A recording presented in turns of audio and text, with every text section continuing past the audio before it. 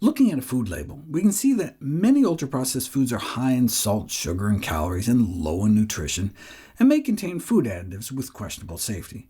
Missing from the label are contaminants from processing that I talked about in my last video, as well as contaminants that migrate into the food from the packaging materials.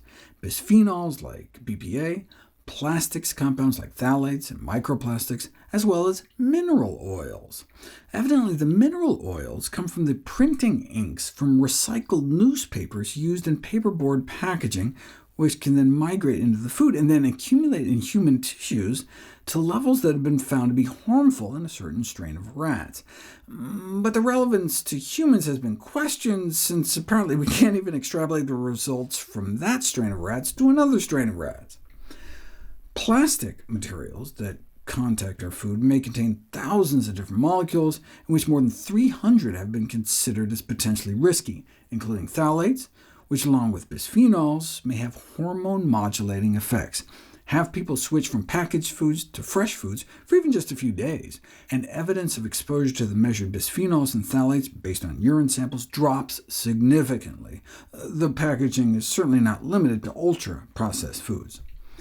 If we look at the association between the consumption of ultra-processed foods and how many phthalates and bisphenols are flowing through our system, researchers found higher levels of phthalates and BPF associated with higher consumption of ultra-processed foods, but there was a lack of association with the most common ones, DHP and BPA, and an inverse association for BPS, meaning the more ultra-processed one's diet, the lower the exposure.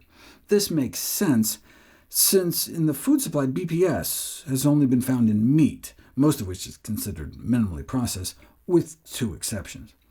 Basically, with BPA, which is used to line cans, only about half these products are ultra-processed compared to moderately processed. In terms of phthalates in our diet, the highest levels of DHP per serving were found in poultry. So if we look at dietary intake and phthalate body burden, DHP levels were associated with the consumption of poultry, presumably most of which was minimally processed. That helps explain why eating vegetarian for a few days can also lead to significant decreases in phthalate exposure, though presumably they also cut down on ultra-processed foods during that time. Although phthalates are best known as hormone disruptors, with potential testicular toxicity, ovarian toxicity, and endometriosis, there's also concern about kidney toxicity, nerve damage, liver damage, and heart damage. Exposure to BPA, the best-studied bisphenol, is associated with congenital abnormalities, diabetes, polycystic ovary syndrome, obesity, and cardiovascular disease. At first, we didn't think the migration of BPA into foods was high enough to exceed safety levels, but then, oopsie, we realized there is significant evidence of potential harm from levels of BPAs in food well below current regulations, and well below levels consumers have been regularly exposed to. Yet, we continue to produce millions of tons of this stuff, so it's no surprise that nearly 90% of us have trace levels of the stuff flowing through us on a day-to-day basis. But it depends on what we eat. Randomized people eat a serving of canned soup every day for 5 days and see 1,000% rise in BPA levels compared to eating soup every day made from fresh ingredients. In this case, the soup was ultra-processed, but it's more about what the cans were lined with. Here's a non-exhaustive list of brands that do not use BPA in their canned goods. So yes, we can look for BPA-free on the label, just like we can check labels to see if some ultra-processed product is low in added sugar, salt, and saturated fat, and we can also scan the ingredients list for additives we now know may be harmful. But do you see the problem?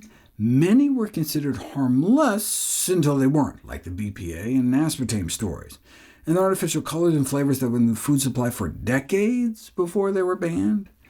Remember when the food industry thought partially hydrogenated oils were a good idea? Let's replace saturated fats with trans fats. Although many countries now restrict their use, trans fats may continue to kill up to 500,000 people around the world each year. Of course, excess saturated fat is probably also killing hundreds of thousands a year, but the point is that trans fats from partially hydrogenated vegetable oil killed people for decades before there were any limits on it. The FDA didn't ban trans fats until more than 25 years after the first solid evidence emerged that it increased the risk of heart disease. From the time we knew until the time it was banned, every one of those years, trans fats were killing up to 50,000 Americans each year. That's quite the death toll that can be laid at the feet of the ultra-processed food industry. But they originally thought it was safe. That's the problem. Anytime some chemical company comes up with a new preservative, or sweetener, or artificial color, we have no idea how it'll eventually turn out, so you can start to see the value of this ultra-processed food concept, where an entire category of products is essentially presumed guilty until proven innocent. That drives the food industry crazy, but look at its track record. Look at the trail of bodies it's left behind.